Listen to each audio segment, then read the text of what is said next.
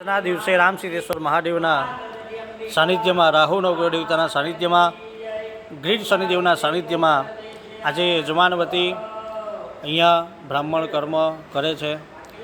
અહીંયા પુણ્યવાચનનું કર્મ કર્યું તો અમીબેનના જીવનની અંદર આવા ધર્મના કર્મો થકી એમના ઘરમાં, પરિવારમાં બધાના પુણ્યના અંદર વૃદ્ધિ થતી રહે. આવા ધર્મના કર્મ કરતા રહે. ધર્મના કર્મ થકી એમના જીવનની અંદર એમનું કલ્યાણ થાય, પરિવારનું કલ્યાણ થાય, દરેકના જીવનમાં પ્રગતિ થાય, ઉન્નતિ થાય, તરક્કી થાય.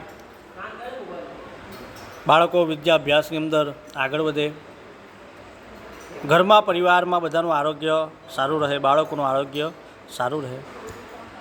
એમનો ધંધો દિન પ્રતિદિન બિઝનેસ એમનો વધતો રહે, બિઝનેસની અંદર તરક્કી થાય, પ્રગતિ થાય, ઉન્નતિ થાય અને જે કંઈ પણ લક્ષ્મી આવે એ બધી સારી લક્ષ્મી આવે. લક્ષ્મી આવે ઘણી બધી અને એમના ઘરની અંદર નિવાસ કરે.